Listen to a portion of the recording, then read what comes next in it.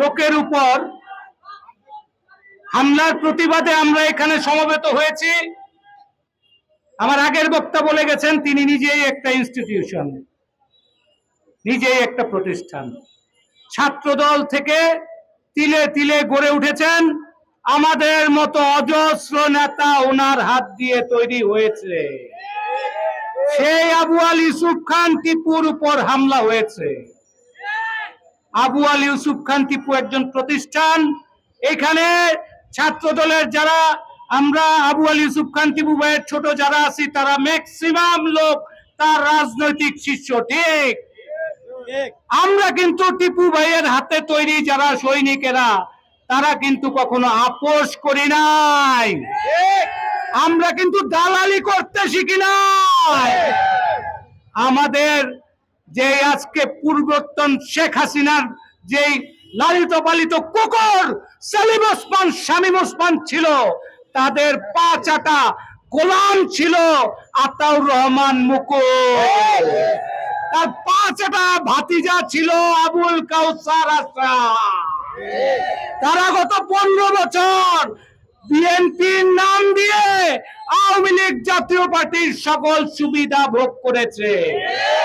আর মোটা তাজা ওই যে দুম্বা দেখেন না, ওই দুম্বার মতো মোটা তাজা হয়েছে। আর দুম্বার কিন্তু মোটা তাজা হলে পিছনে একটা মাংসপিণ্ড বেড়ে যায়। আমরা ওই মাংসপিণ্ড কেটে ফেলবো ইনশাআল্লাহ, আমরা ছাড়বো না। আবু আল ইউসুফ খান টিপুর উপর হামলাকারীদের আমরা কোনোভাবেই নিস্তার দিব না। আমাদের হাত বাঁধা শুধু তারেক রহমানের নির্দেশনায়। আমরা তারেক রহমান আদর্শের সৈনিক থেকে এখনো আপনার বাড়ির ইট খুলি নাই। আমরা পারি না ইট খুলতে, পারি কিনা বলেন? আমরা ওদেরকে প্রতিরোধ করতে পারি না।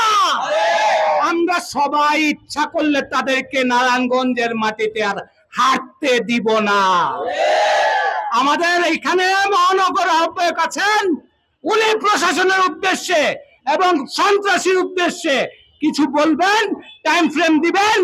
এর মধ্যে যদি কিছু না হয়, প্রশাসন যদি কোনো প্রতিকার করতে না পারে, তারপরে কিন্তু আইন যদি জাতীয়তাবাদী সৈনিকেরা টিপুর সৈনিকেরা হাতে তুলে নেয়, তখন কিন্তু আর নারায়ণগঞ্জের কোনোভাবে পরিস্থিতি ঠান্ডা থাকবে না।